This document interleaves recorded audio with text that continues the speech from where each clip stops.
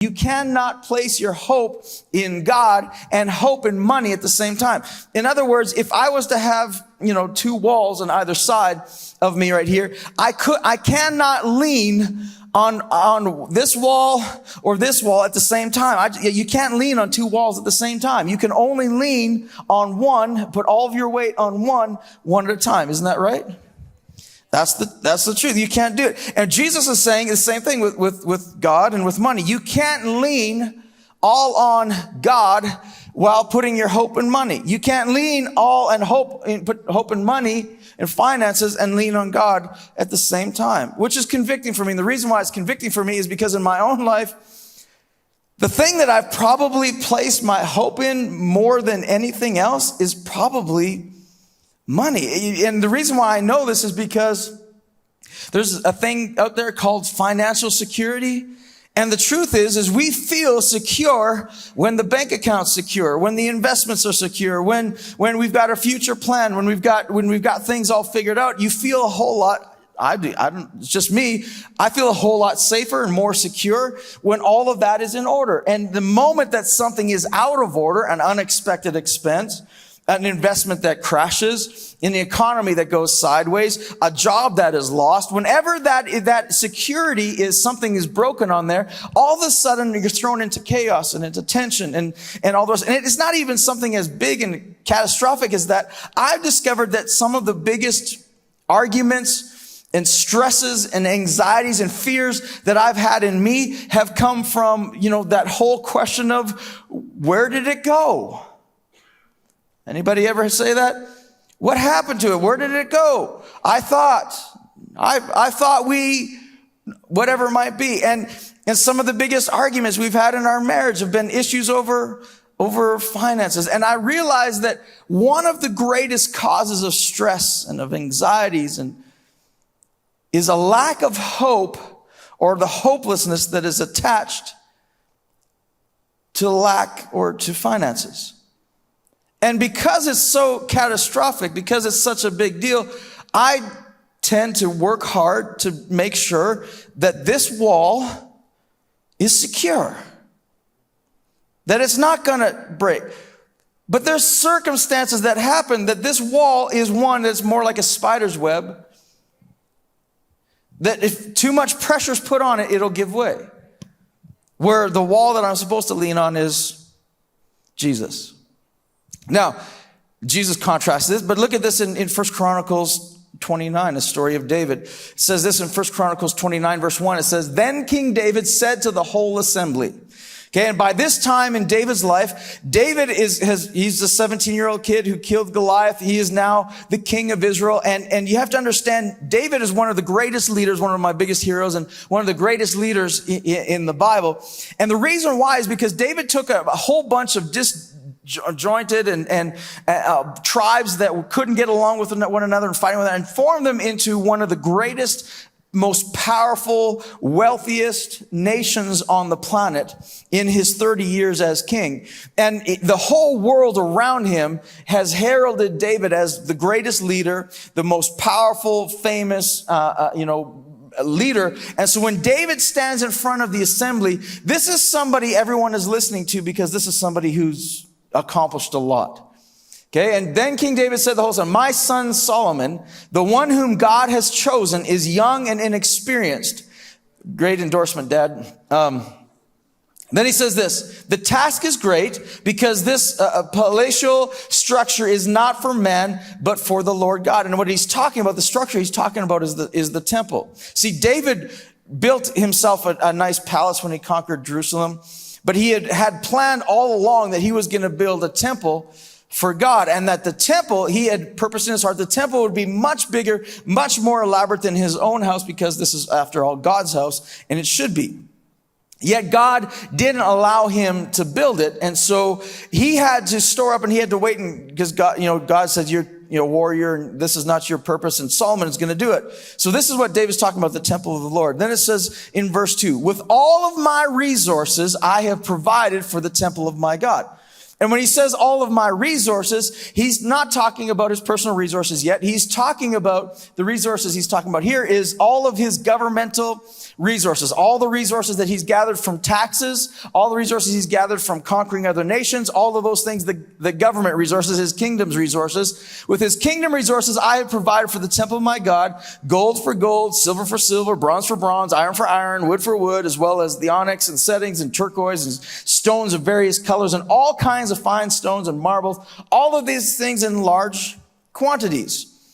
Okay, so he says, we got more than enough. Then he says this, besides, in my devotion to the temple of my God, I now give my personal treasures of gold and silver for the temple of my God. He says, besides giving all of the kingdom's resources, I am now giving personal resources. I'm now giving personal. And he says this, over and above everything I have provided for this holy temple. In other words, what he's saying when he says over and above, he's saying everything that Solomon needs to construct this temple, I already provided from the kingdom. Now, over and above that, I've given a little personal offering. Okay, and I've given a little bit, it's not that the temple needs it, not that Solomon needs it, not that God needs it. I've just given an offering over and above. And this is what his offering was. 3,000 talents of gold and 7,000 talents of refined silver for the overlaying of the walls of the buildings. This is his offering. Now, you might read this and going, okay, 3,000 talents and 7,000 talents. What is a talent? Well, I didn't know either, really. And how does a talent translate today? Well, I looked it up. And a talent, 3,000 talents is equal to 2.7 million ounces. So 3,000 talents of gold is 2.7 million ounces of gold. And if you're at all familiar with the price of gold, I did a little calculation this week as to what that would be in today's dollars.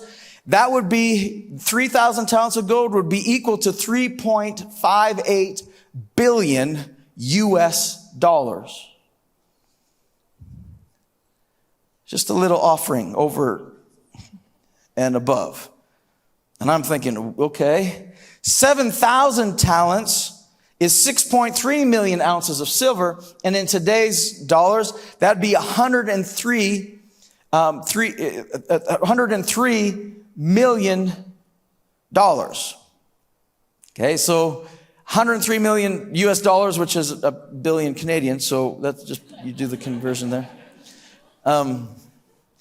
This is not a small gift. This is something that would have caused a whole lot of attention. This is something that they would have framed the check.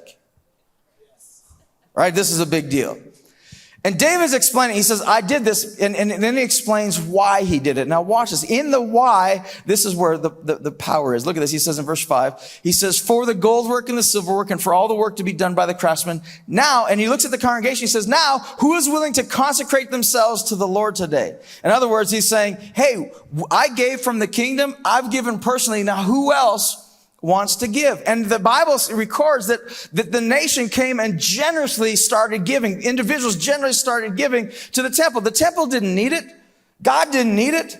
But there's something that happened here. And David, in his prayer in verse 14, begins to explain why this is so important to him. He says, but me.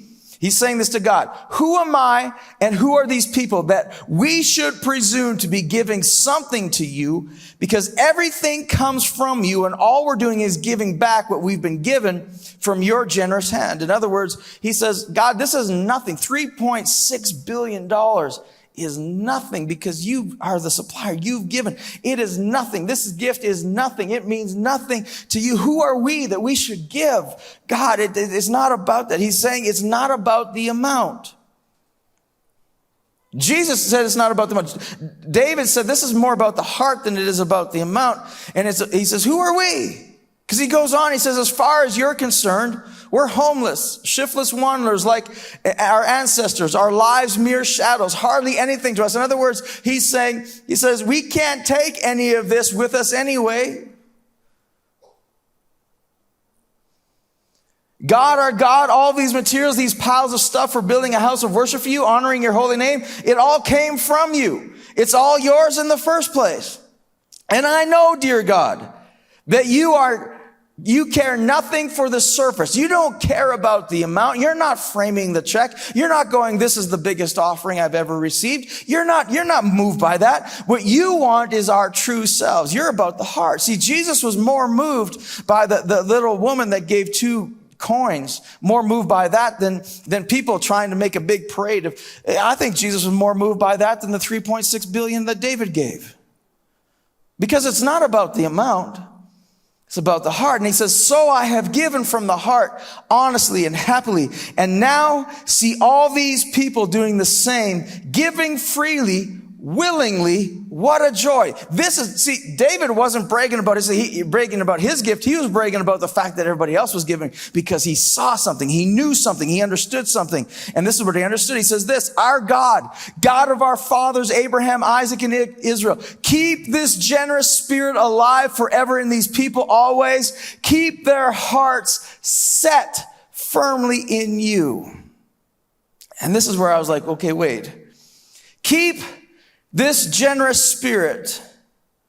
And his prayer is generosity, to stay generous. He says, keep this, because keep their heart set firmly in you. He tied generosity to heart set and set their hope on God. And then he says, and he closes this, he says, and give my son Solomon an uncluttered and focused heart so that he can obey what you command, live by your directions and counsel, and carry through with building the temple for which I have provided. See, David knew something. See, David summed it up this way in Psalm 39. I went searching throughout all the scriptures, looking for the word hope and where the Bible tells us to place our hope, or where people place their hope. And I came across this scripture in Psalm 39, and this one was obvious to me, and this was one of the first ones that I found, but it says, Lord, where do I put my hope? My only hope is in you. Okay, that makes sense. But what surprised me was what he said here. He says, we are merely moving shadows, and all of our busy rushing ends in nothing. We heap up wealth, not knowing who will spend it. And so, Lord, where do I put my hope? My only hope is in you. And when I saw this, I thought, man, I can lean, just like Jesus said, I can lean on God, or I can lean on money. I can't lean on both.